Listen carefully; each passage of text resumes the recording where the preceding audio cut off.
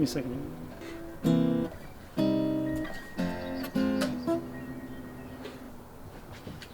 All right.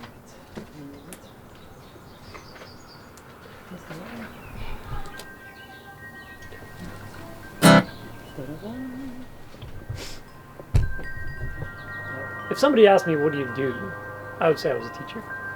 Because if you look at what pays the bills, that's the answer people want, is what pays the bills, I think, when they ask you that.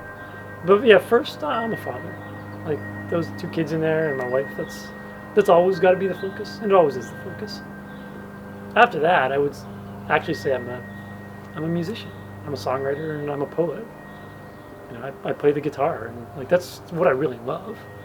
And then I go to work and I teach the kids, and I love that too. But it's third on the list. I feel kind of weird saying that, actually. Like, what if my students hear?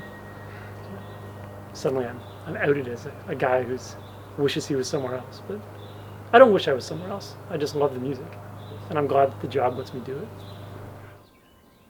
15 years ago, I was cutting a client's hair on a Saturday morning, and he was a flight attendant.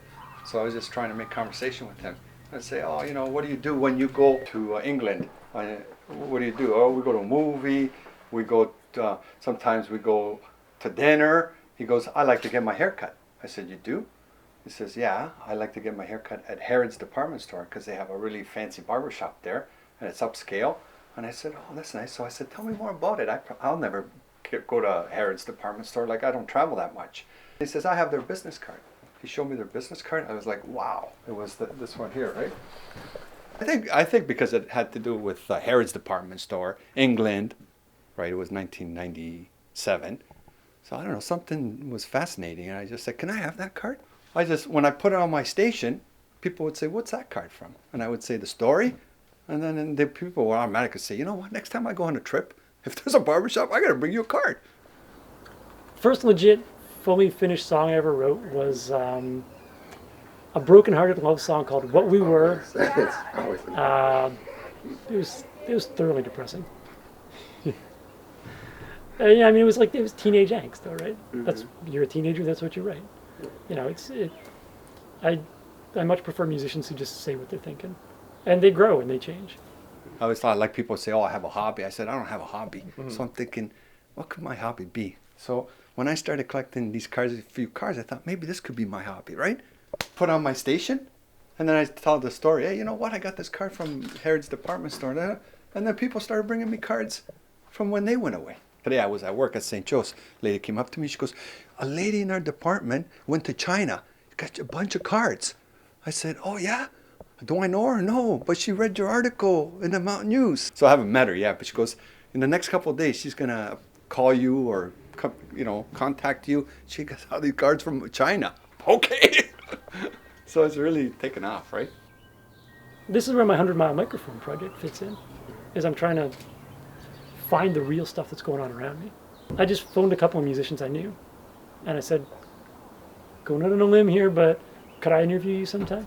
And like everybody said yes, because everybody wants to be listened to.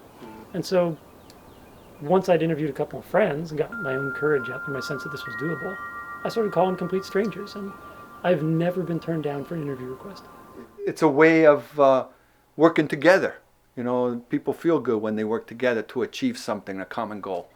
And, you know, I don't know, people like to achieve goals together. I've learned so much. My daughter has learned so much. And people that are close to me say, hey, I've learned so much from you because of this collection. And it's like, you know what? This is great. If this collection is, you know, doing this, then I got to keep doing it. I think since I started this collection, a little bit at a time, I've developed some skills, passion. You know, I have goals now. Like people say, wow, you're so passionate. You're so focused. Well, if you would have known me 20 years ago, I was a different person. I was like, I didn't have no goals. I didn't have too many things to be proud of. You know, I was like kind of drifting through life. But this collection helped me, you know, kind of focus. And through this collection, I've learned about life. It's so easy to get a network. If you want to, it's so easy to get connected. Everybody's friendly. Everybody wants contact, but we all just get kind of afraid of how to get it, I think. So it's been a good project that way. No, there's lots of benefits to this goal. It's, like I meet people, I learn about the world, right? Because when I get new countries, I learn about the world. It's, it's motivating. Enthusiasm and compassion, that I cared about stuff and I did something about it. That's certainly my bottom line as a teacher. It's care about kids and do stuff to help them. It's why I write songs. I've got all these feelings I want to articulate to the world. It's how I try to relate to my kids every day. What do you need? What can I do? What do you want? Let's go get it.